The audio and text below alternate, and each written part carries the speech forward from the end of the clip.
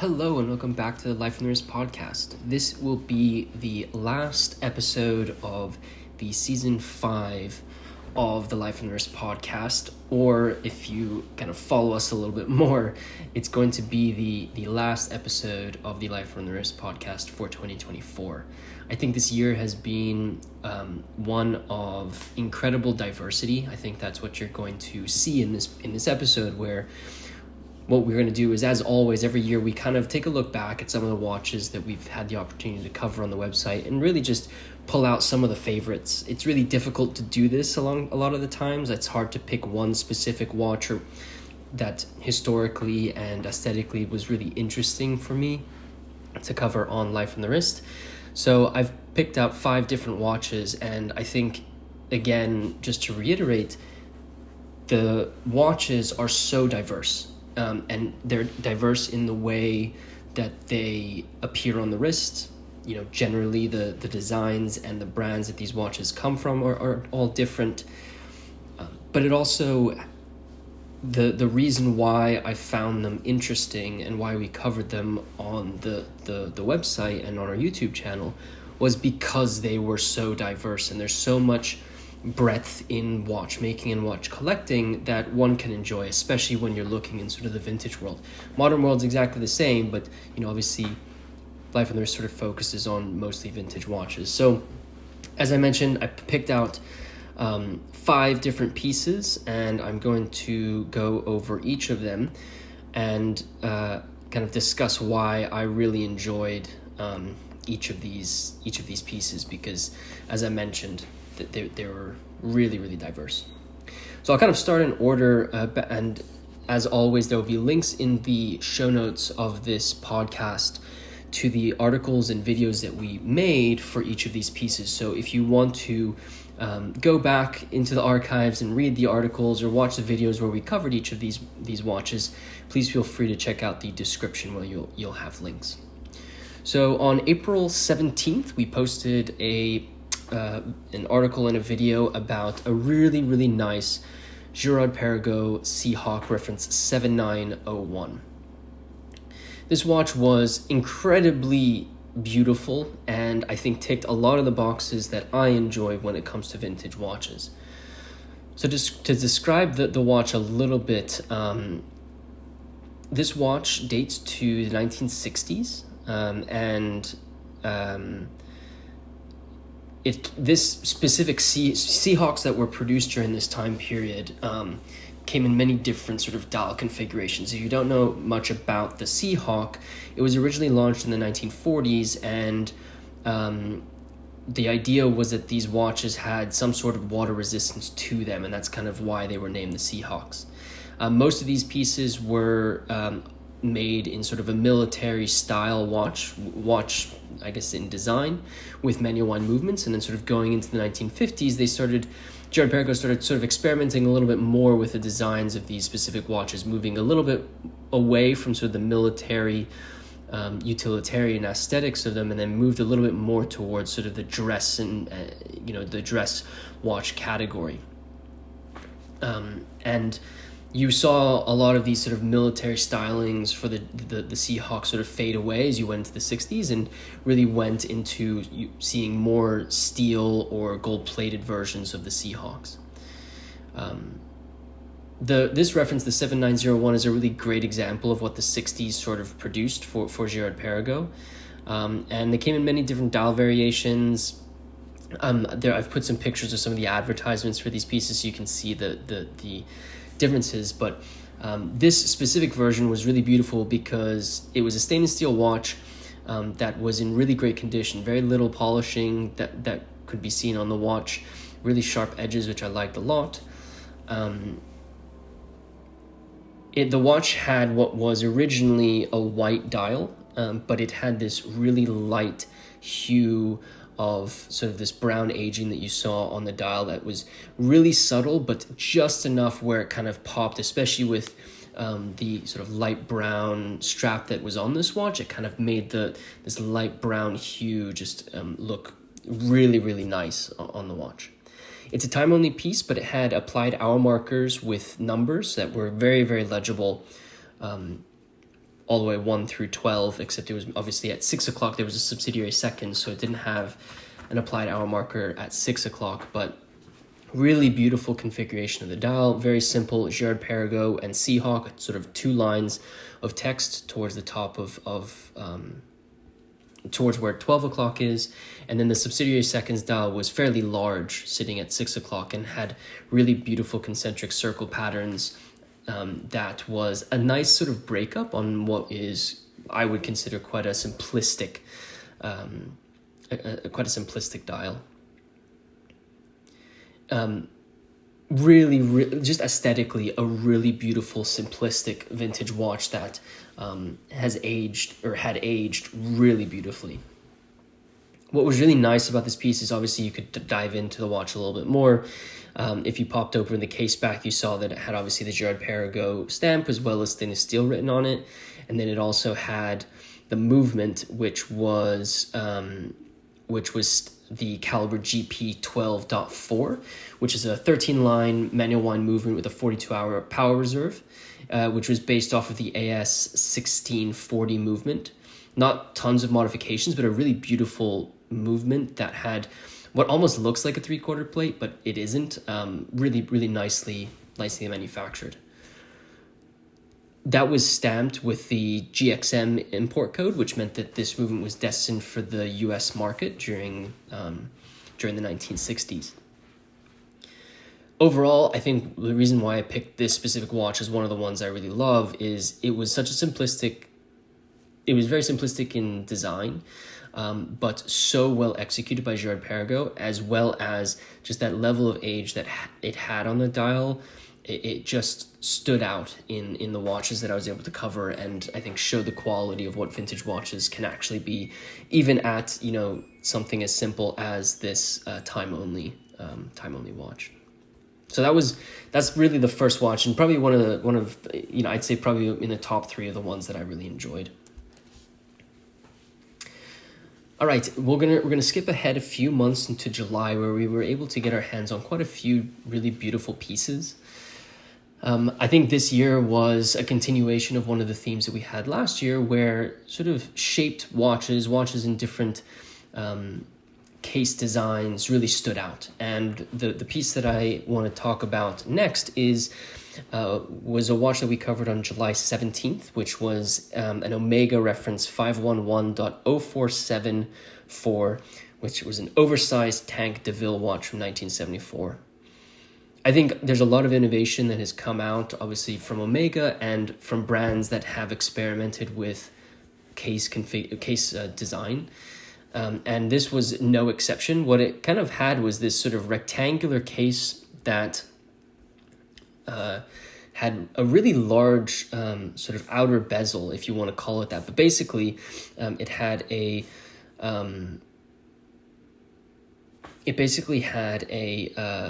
rectangular case, and this was a gold-plated case, yellow gold-plated case, and it had quite a large. It was quite long. I think it was something like 50 or 45 millimeters from top to bottom, and the case had really extended into the middle of the dial. So you had a very small aperture for where you had the actual time display, and then you had the case that actually made up a larger portion of the overall case when you look at it sort of straight on. It was part of the DeVille line, and there are some versions of these that are in stainless steel. This one was in gold-plated. It was a gold-plated example of this. And it had, like I said, a smaller aperture for where the time was displayed, and then you had this really beautiful white dial with Roman numerals for hour indices, and then an hours and minutes complication. Another thing that it had that was kind of interesting is it had a cabochon crown, which was very similar to many Cartier watches, and this watch really gave off that vibe with the Roman numerals, the overall case design, and really was what I would consider a much dressier piece. But what really stood out to me about this watch was, in fact, the case design. I think it was exemplary of what has been enjoyed by watch collectors, by vintage enthusiasts, and was it's an understatement by saying that Omega really hit it out of the park with this watch, because I think it really did they did wonderfully. It ran on the caliber 625 manual wind movement, which is a fairly small movement, but it was manufactured quite a lot by Omega. They made about 2.4 million units of this caliber, and most of them were used in women's watches, being that it was a 7.75 line movement. 42 hours of power reserve, and was produced between 1973 and 1979.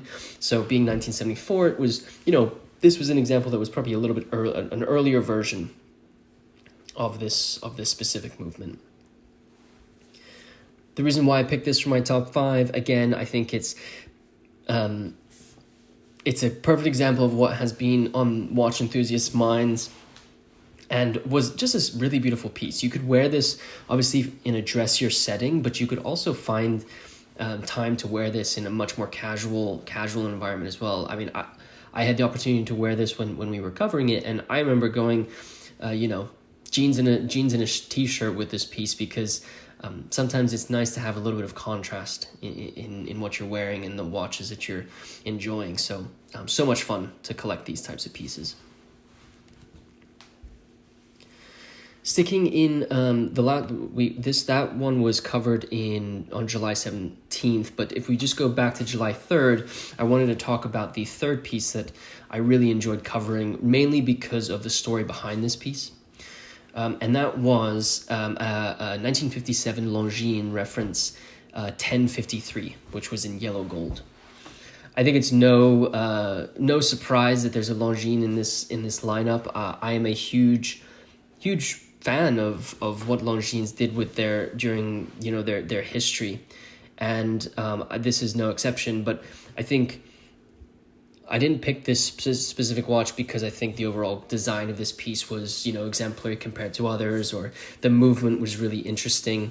The reason why I picked this watch was because of the story behind it. So there's so many elements that you can get about through just looking at watches, and one of the things I think we did really well this year was to do a lot more research into the caseback markings that we were seeing, specific references, and really documenting that for you to enjoy.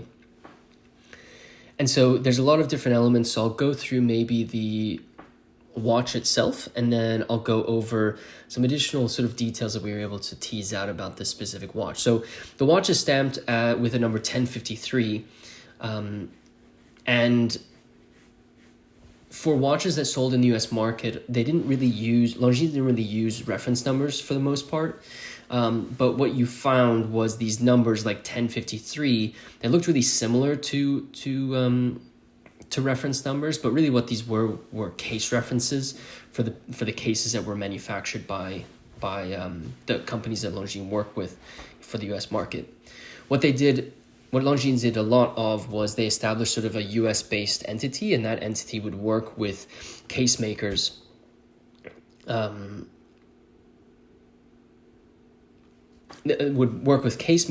in the US, and they would basically import their movements into the US and then marry them up with cases that were manufactured by US-based companies. And this was an example of that. This case 1053, it's stamped with a S&W on the case back. As well as on the outside on the back of the watch. And this was referring to the manufacturer known as Schwab & Wuspart Case Company, which was founded between 1920 and 1930 and was located in New York. And they were originally actually located across the street from the UN building, but later relocated to Woodside, New York. And they made watch cases for companies like Hamilton, Elgin, Longines, Girard, Perregaux, even Rolex. And it was a very similar sort of model that they had with those brands, where they would create these cases and then have Longines movements added to them later. Unfortunately, they did close their doors in 1963, but there are so many vintage watches that were manufactured by brands like by companies like Schwab & Wuspart, and you can see them all over the vintage world. So just to describe the watch a little bit, it was a 33 millimeter case, which was fairly thin and relatively small lugs. They were quite thin. You can almost describe them maybe as toothpick lugs, but really beautiful beautiful looking, simple time-only piece from Longines. It had this silver dial with applied hour markers and printed Longines logo and name, as well as sort of this cross-hash subsidiary seconds dial, which I think broke up the dial nicely on a time-only piece. It was running on the caliber 23Z manual wind movement, which was a fairly historic movement for Longines. It was first introduced in 1948, and then was upgraded from it was an upgrade from its predecessor, the caliber 10.68Z, which was introduced in 1925. And what they basically did was add a shock resistance system and an anti-magnetic protection to the caliber 10, or to a manual wind movement, which kind of upgraded to this 23Z. There were kind of two versions of this caliber 23, the Z, which was equipped with a subsidiary seconds dial, and then the ZS, which had a center seconds dial. This movement, obviously, as I've kind of described, was imported to the US market. If you look at the movement, there is an import code that reads LXW, which was the Longines Wittnauer group that imported movements from Switzerland to the US. So what likely happened was the movement was put together in Switzerland and then shipped and imported to the US, and then met up with its case that was manufactured by Schwab and Wuspart, and probably was put together in New York. Now, so I kind of described the makeup of this watch, but another feature that really was super cool about this piece is that there was a caseback engraving that had a dedication to an E.A. Bruce, and then it said NCO Club Employees 62959. And this really opened up a world of research into the history of this watch. This gift was obviously a gift to an E.A. Bruce in 1959, and through some research, you'll find some articles in the Windward Marine from 1958 where this individual is kind of described. The article describes that $60,000 was given to transform an old commissionary building into a modern staff NCO club. And there's a quote from an E.A. Bruce, who was the club manager, that said that the club will give us, the club staff, and myself an opportunity to put into effect the many plans we have contemplated over the past years. Our primary aim is to make the staff's NCOs and their dependents comfortable and help them enjoy the many conveniences offered. And I think this really describes exactly who we were looking for in this E.A. Bruce. It appears that this individual was a Master Sergeant in the U.S. Marine Corps and was based in the U.S. Marine Corps Air Station in Kaneohe Bay in Hawaii. They were the manager of the NCO club there, and it does look like, based on the things that I can find online, that this club still exists today. So super cool to really conceptualize that this was given to this Master Sergeant, and likely was around, it was in 1959, and that article was written in 1958, and maybe this was a gift for his contributions to the opening of this NCO club. So if you piece all these together, it really tells such an interesting story, and this is exactly why I picked this watch as one of the pieces I have in my top five. Is this watch the movement was likely manufactured in Switzerland in 1957 based on the movement's serial number, and then it was imported to the US market based on the LXW import code on the balance wheel bridge. It was then probably cased in New York by Schwab and Wuspart, and then distributed to likely the Hawaii market and sold and gifted in 1959. And so all these different pieces of this journey really are what makes this watch such an incredibly historic watch for someone out there, right?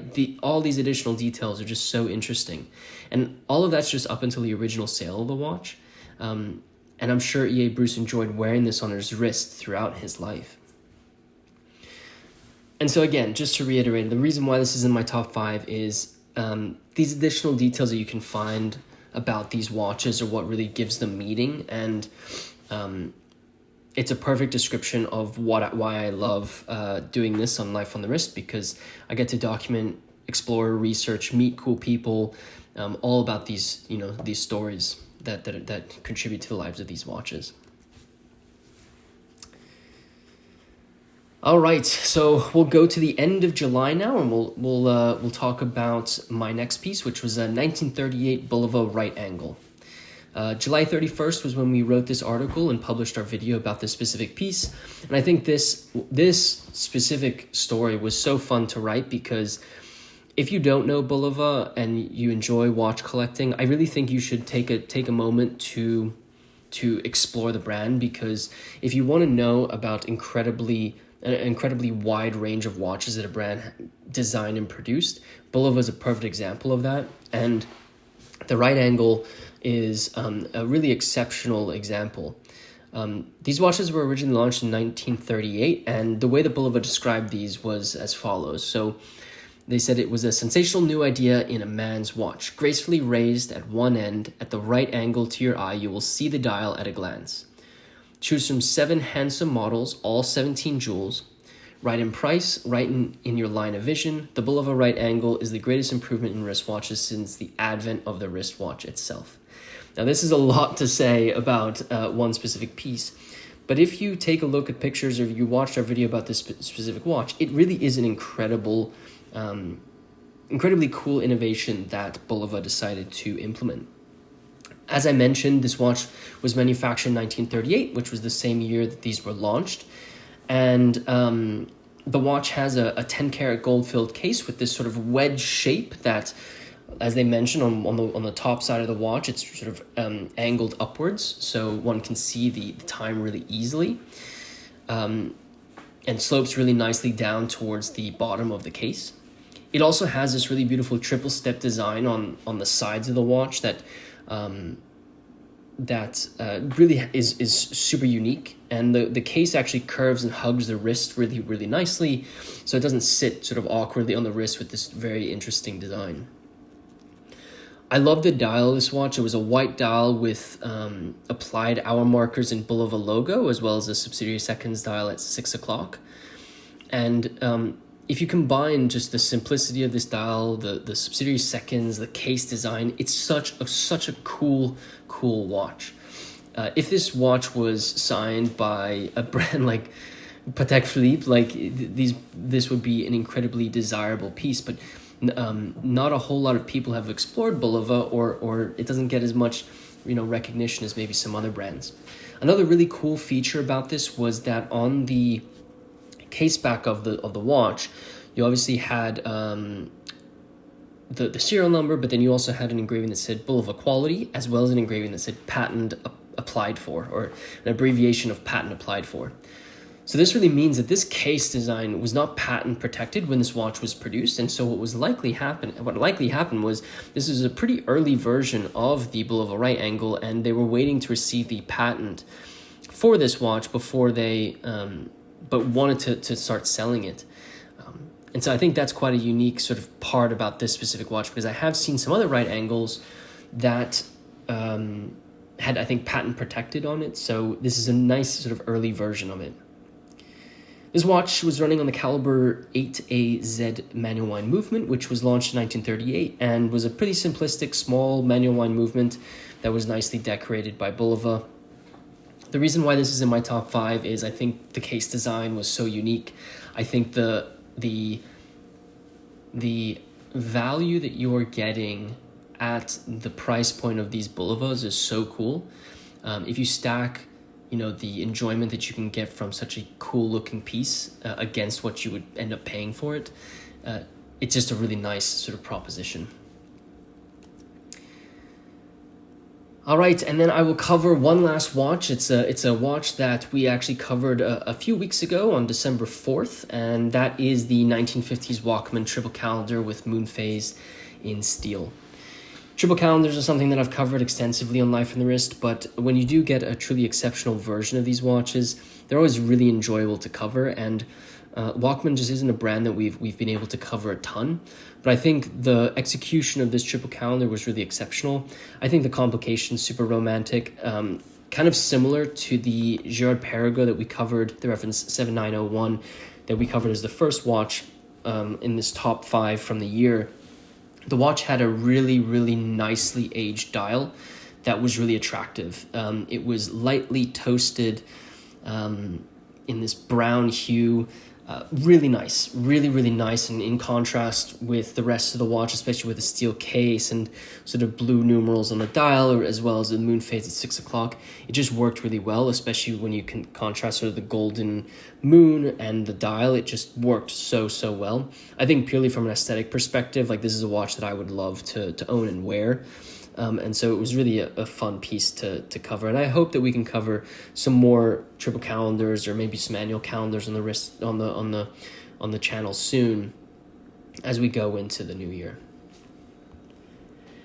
So I won't talk too much about that because we did post that a couple weeks ago. But as always, as I mentioned in the beginning of this podcast, there'll be links in these show notes to each of the articles that we wrote about the pieces that we've discussed. And so if you want to see more pictures or videos or read about these watches a little bit more, you can head to the description of this podcast to see those. So that's really the top 5 from 2024. It's been a crazy year, some really beautiful watches that we've been able to enjoy and cover, and I hope you enjoyed the variety that you saw this year. I think it's only natural for us to kind of look to 2025 and think about what's coming up for the channel. I think this year we had a lot of diversity, and I think it's been a pleasure to do so. I think what we want to do in 2025 is probably something similar, but really cover watches that can be enjoyed by a variety of people. And as I mentioned, I think triple calendar moon phase watches are something that I'd like to cover more on the channel. I think there's so many cool watches out there, especially considering the fact that triple calendars is kind of like the younger sister of an annual calendar or a perpetual calendar. And I think it's a really nice complication if you are looking for something that is a little bit more complicated, a little bit more than just a time-only piece. I think that's exciting, and I think that's something that a lot of people can enjoy. So I definitely want to cover more of those. I think we're going to try this year. I was looking, and I don't think we had one chronograph this year, and I love vintage chronographs. We definitely have to see some of those in 2025, so stay tuned for those. I think those are going to be on the list. But as always, I think what's really great is it's a new year. It gives us an opportunity to explore new watches that maybe we haven't covered on the channel, maybe cover some watches that we didn't cover enough on the channel. And it's it's always exciting to go into a new year with the opportunity ahead of us to enjoy things that we hold so dear to us. I know as the year comes to an end, I hope you are spending this time with your loved ones, with those who are close to you. I hope you're reflecting on the accomplishments that you've had over the last year. It's been an eventful 2024.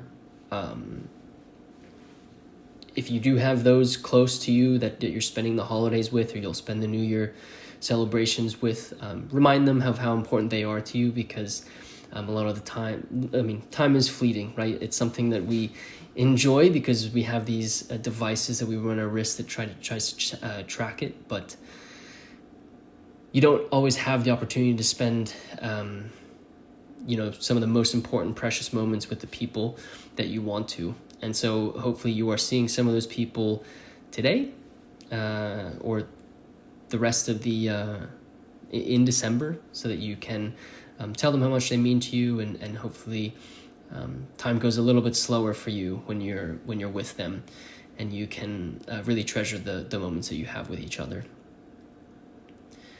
I hope you have a wonderful holiday season. I want to wish you a very happy new year, and I hope that 2025 gets kicked off on a good note. This will be the last episode, so you won't hear from us until the new year, but we are very excited for the new year to come, and we already have a couple watches that we're excited to cover on lifeonthewrist.com. So stay tuned for the new year. We'll go into season 6 of the Life on the Wrist podcast, and 2025, that means we will be going into year number 8 of Life on the Wrist. So if you have been a fan of the channel, of the website, of our Instagram, thank you so much for all of your support. This wouldn't be possible without you.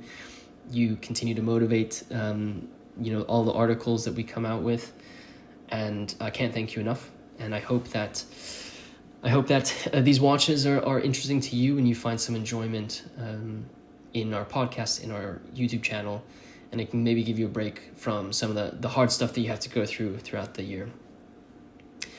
With that said, guys, thank you so much for listening to this final episode of Season 5 of the Life of the Nurse podcast. If you are new here, be sure to share this podcast with a friend who might be interested in watches, and if you wouldn't mind rating this podcast, it really does help me out. It helps this podcast be pushed to those who might be interested in watches, who might be interested in this podcast as well. So a review definitely does help us out. And with that said, I hope you all have a great rest of the year. Happy New Year, happy holidays, and we will catch you in the next one. Thanks.